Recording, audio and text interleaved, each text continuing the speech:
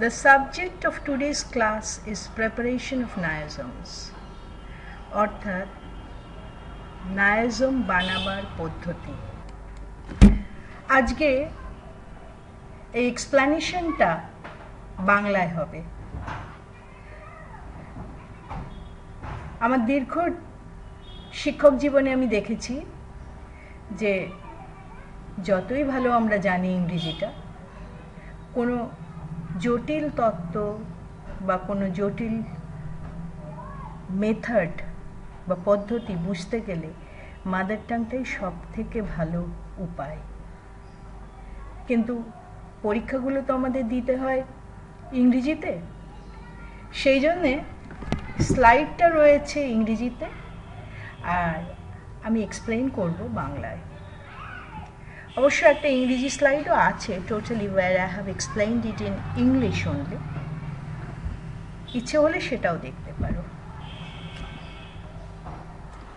এই স্লাইডটায় অনেকগুলো মেথড আছে, দেখো গুণে যদি যাই মোটামুটি 10টা।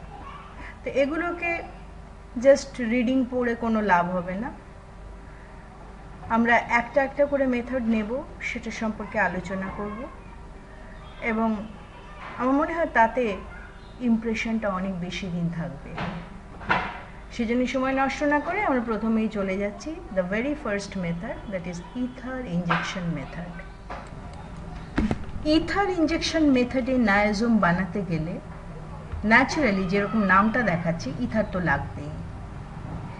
ইথার হচ্ছে ভোলাটাইল সলভেন্ট।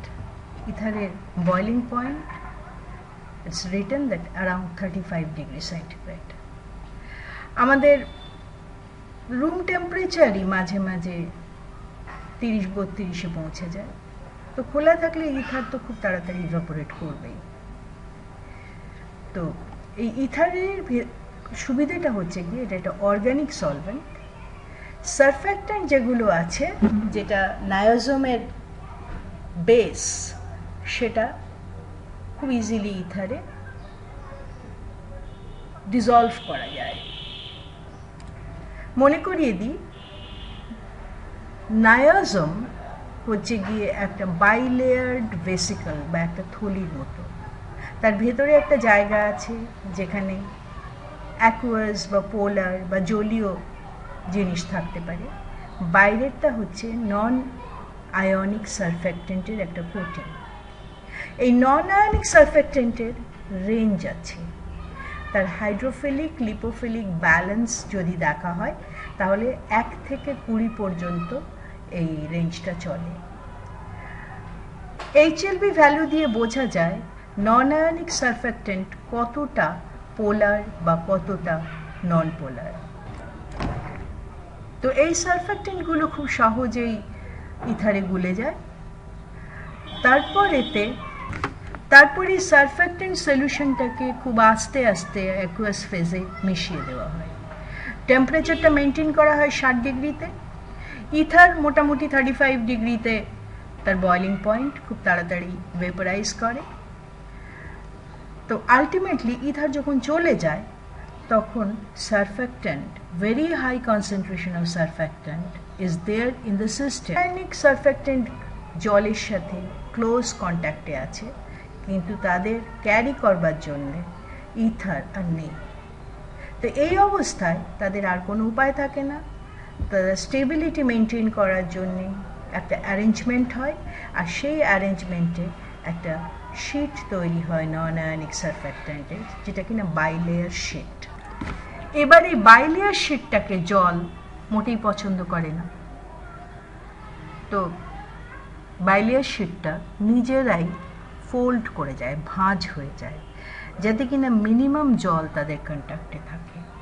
কিন্তু কোনো জিনিস যখন ভাঁজ হয়, যেমন ধরো আমরা যদি এটা কাগজকেও হাওয়াতে ভাঁজ করি, তখন তার ভেতরে তো কিছুটা মিডিয়া ঢুকবেই, সেই অ্যাকুয়াস মিডিয়া ঢুকে যায় এর ভেতরে। মোটামুটি এভাবেই ভেসিকল তৈরি হয়। Usually we get big ভেসিকলস and some SUVs too. The size of the niasomes obtained by this method ranges between 50 to 100 micron. বেশ বড় ভেসিকলস আমরা পাই। যত বড় ভেসিকল হবে তার ভেতরে কন্টেন্টটাও কিন্তু অনেকটা থাকবে।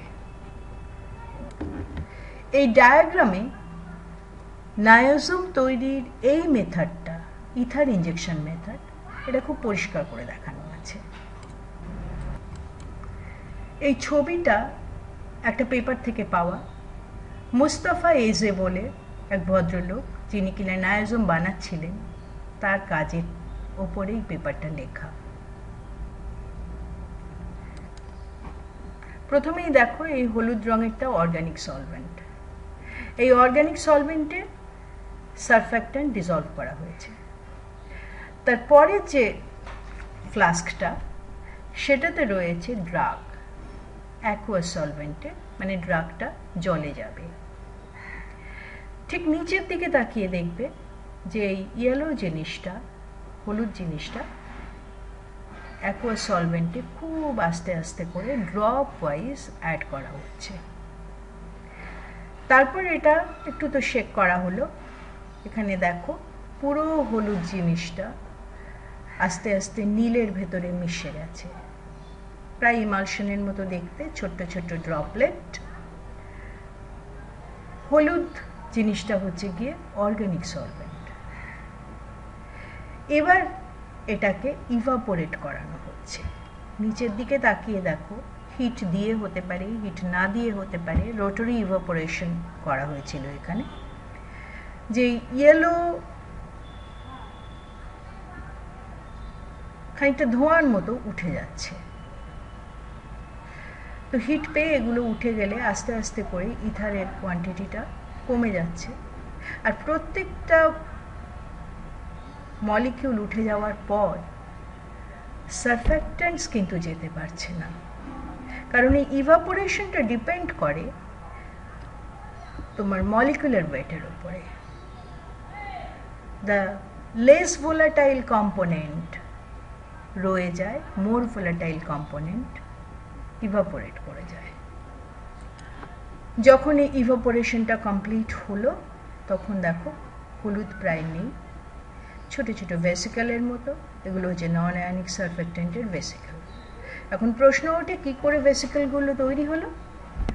যেহেতু জলের সাথে সারফ্যাক্ট্যান্টের বিশেষ বন্ধুত্ব নেই, সেই জন্যে সারফ্যাক্ট্যান্ট তার নিজের মলিকিউলগুলোকে পাশাপাশি চাইছে।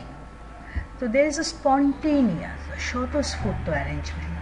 সেই স্বতঃস্ফূর্ত অ্যারেঞ্জমেন্টে আস্তে আস্তে তৈরি হয়ে যায় শিট, বাইলেয়ার শিট। সেই শিটগুলো যখন একে অপরের ওপরে নিজে নিজে ভাঁজ হয়ে যায়, তখন তৈরি হয় ভেসিকেল। পরের যে পদ্ধতিটা আমরা দেখব, তার নাম হচ্ছে thin film hydration technique. Thin film মানে খুব পাতলা একটা পর্দার মতো জিনিস, তাকে হাইড্রেট করলে ভেসিকেল তৈরি হবে। এটা খুব সহজ মেথড, বেশিরভাগ ল্যাবরেটরিতে এই মেথডেই কাজ হয়। নায়োজোমে যখন ড্রাগ ঢোকানো হবে, আমাদের কাছে অপশন থাকে মাত্র দুটো। হয় কোরে ড্রাগ ঢোকাতে হবে, যেখানে পোলার মিডিয়া বা জল থাকে, অথবা আমাদের মেমব্রেনে ড্রাগটা ঢোকাতে হবে। তো ড্রাগটা যদি হাইড্রোফোবিক হয়, সেক্ষেত্রে অর্গানিক সলভেন্টে সেটা খুব ভালো করে গুলে যায়। আর যদি হাইড্রোফোবিক না হয়, ইফ ইটস হাইড্রোফিলিক, তবে সেটাকে জলে নিতে হবে। এটা হচ্ছে বেসিক প্রিন্সিপাল। তো প্রসেসটা হচ্ছে মোটামুটি এরকম, যে ড্রাগ যদি হাইড্রোফোবিক হয়, ড্রাগ নন আয়নিক সারফ্যাক্ট্যান্ট তাদের একটা অর্গানিক সলভেন্টে ডিসলভ করা হয়। তারপর অর্গানিক সলভেন্টটাকে খুব আস্তে করে ইভাপোরেট করা হয়। আর ইভাপোরেট করার সময় আমরা র্যান্ডম মুভমেন্ট করি না। যে ফ্লাস্কটাকে ঘোরানো হয়, সেটাকে খুব আস্তে আস্তে এমনভাবে ঘোরানো হয় যেন প্রত্যেকটা সারফেসে একটা করে সেটা কিছুক্ষণ দাঁড়াতে পারে, যাতে একটা পুরো কোটিংয়ের মতো তৈরি হয়ে যায় ফ্লাস্কের ভেতরের সারফেসটা। তারপর একই সঙ্গে আমরা সলভেন্টটাকে ইভাপোরেট করাই। সলভেন্টটা ইভাপোরেট করার পরে যেটা পড়ে থাকে সেটা হচ্ছে কি খুব পাতলা একটা লেয়ার। যদি ড্রাগ থাকে সেই লেয়ারে থাকে ড্রাগটাও, মানে মোটামুটি সেটা হচ্ছে কি ড্রাগ সারফ্যাক্ট্যান্ট লেয়ার। যখন সারফ্যাক্ট্যান্টটা একা লেয়ারটা তৈরি করতে পারে না, কখনো কখনো আমরা কোলেস্টেরল নিই, কোলেস্টেরল লেয়ারটাকে রিজিডিটি দেয়।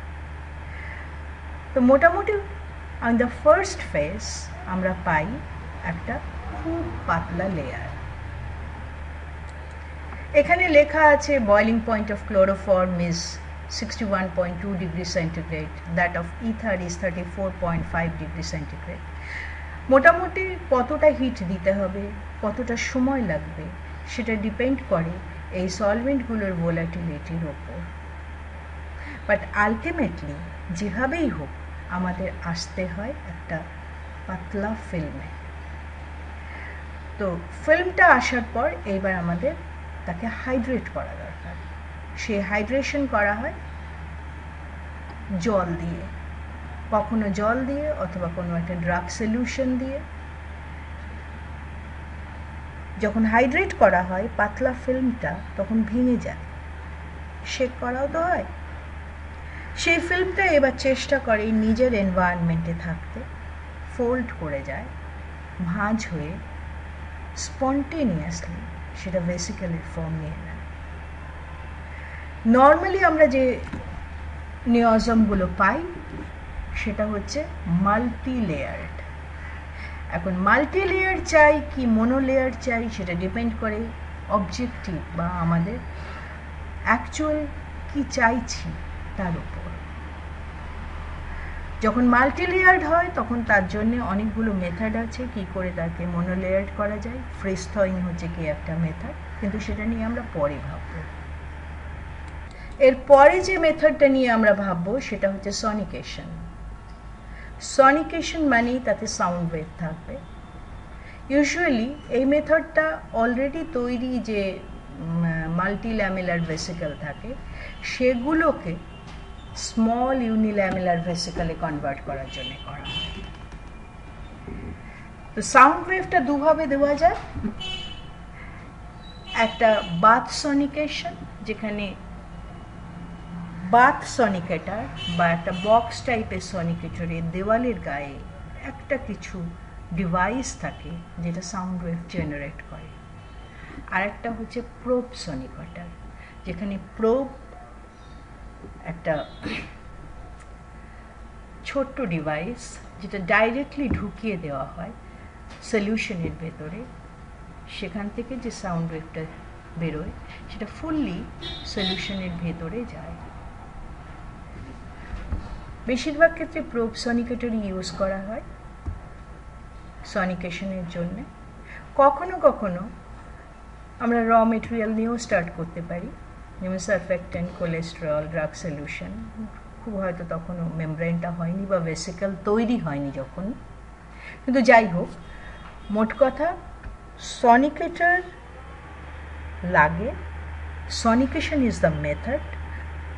মোস্টলি প্রোব সনিকেটর সলিউশনে ডাইরেক্টলি ঢোকানো হয়, আর সাউন্ড ওয়েভস গিয়ে ইম্প্যাক্ট করে মাল্টিলেয়ার ভায়েলসকে, আর তাতে মাল্টিলেয়ার যে ভেসিকলসগুলো থাকে সেগুলো ভেঙে ছোট স্মল লেয়ার্ড হয়ে যেতে পারে, স্মল ভেসিকলস হতে পারে, অথবা সেটা হতে পারে বড় কিন্তু ইউনিলেয়ার্ড।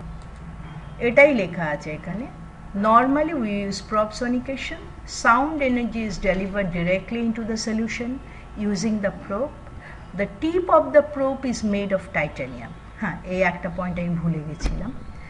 যেহেতু সলিউশনটা সোজাসুজি ওই প্রোবটার সাথে কন্ট্যাক্টে আসবে এমন জিনিস সেখানে ব্যবহার করা যাবে না যেটা কিনা সলিউশনে থাকলে কিছু ক্ষতি হয়।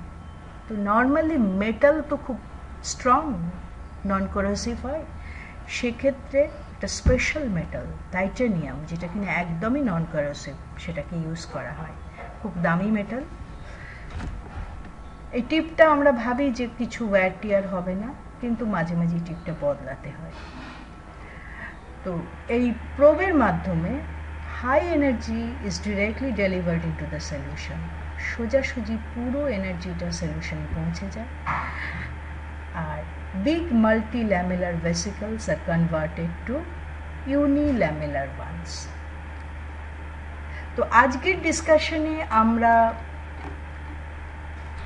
সবগুলো করিনি, মাত্র 3টে মেথড দেখেছি। একটা হচ্ছে ether injection method, handshaking method and solution.